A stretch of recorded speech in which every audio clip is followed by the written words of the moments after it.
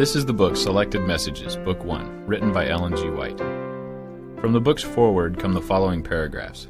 The presentation of books carrying the name of Ellen G. White on the title page, yet appearing decades after the death of the author, calls for a word of explanation.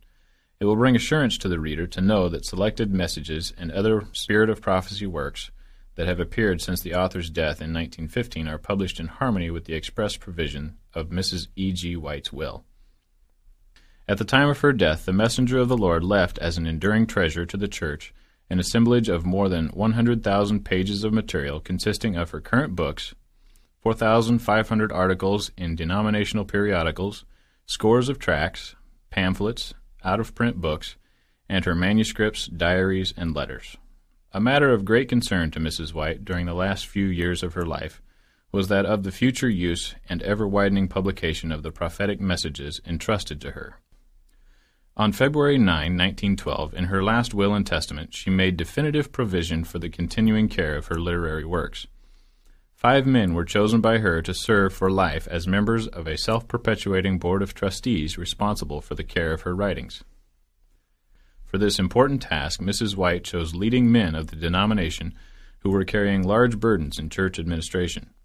Those named by her to serve as trustees were Arthur G. Daniels, then president of the General Conference, Francis M. Wilcox, then editor of the Review and Herald, Charles H. Jones, for many years manager of the Pacific Press, Clarence C. Sisler, one of her secretaries, who came to her employment from the General Conference and who, after her death, was sent to the Far East to serve as division secretary, William C. White, her son, who after the death of Elder James White in 1881 traveled constantly with his mother and assisted her in the publishing of her writings and in other ways. Mrs. White's instruction to this board provided authorization for the continued publication of her books, for the ever-widening distribution of these volumes in other languages, and for the printing of compilations from my manuscripts. It was her expectation that as the Church grew and faced new needs and entered upon new crises, that there would be a demand for compilations of her writings presenting various lines of instruction gathered from her manuscripts, pamphlets, and periodical articles.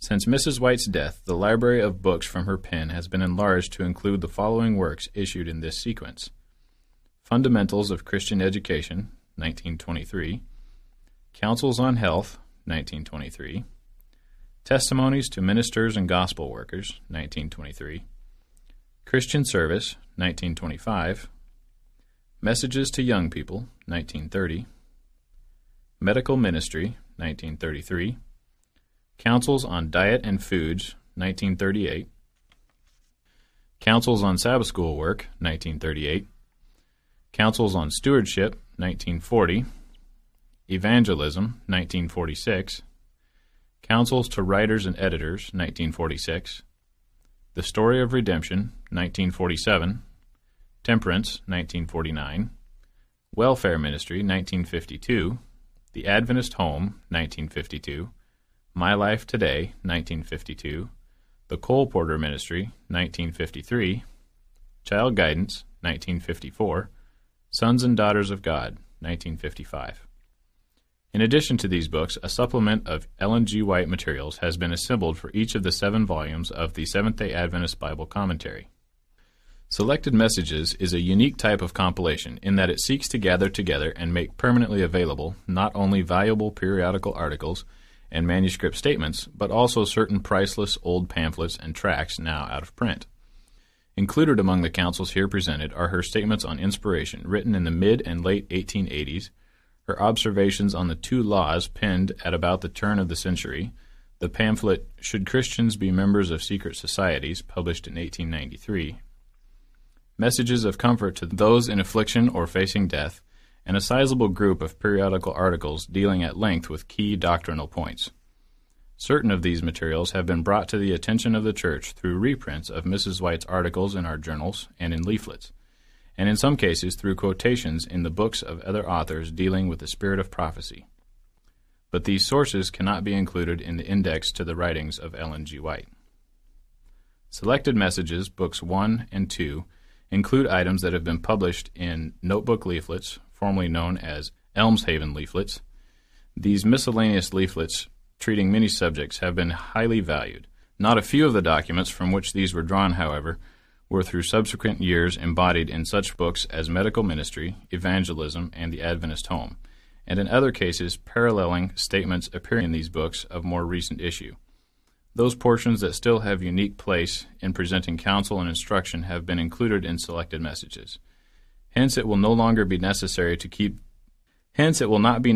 longer to keep the notebook leaflets in print. The issuance of these volumes also makes possible the presentation of small groups of choice materials not published before, but which will be greatly appreciated. The several sections in these volumes are quite unrelated. An introductory statement will be found at the opening of each section, giving the background of the items that appear. Here and there through the text, notes of explanation will be found. These are not inserted for the purpose of interpreting the counsel, but to call attention to circumstances and special situations that may have had a bearing on the points presented. This work, Selected Messages, has been compiled in the offices of the Ellen G. White Publications and by its staff. Introductory statements are signed by this board, and explanatory notes approved by the trustees are signed compilers. Selected Messages is included in the new index to the writings of Ellen G. White. That these volumes published so many years after Mrs. White's death may bring to the Church in permanent form instruction that will be of service in the accomplishment of our God-assigned task is our sincere prayer and desire.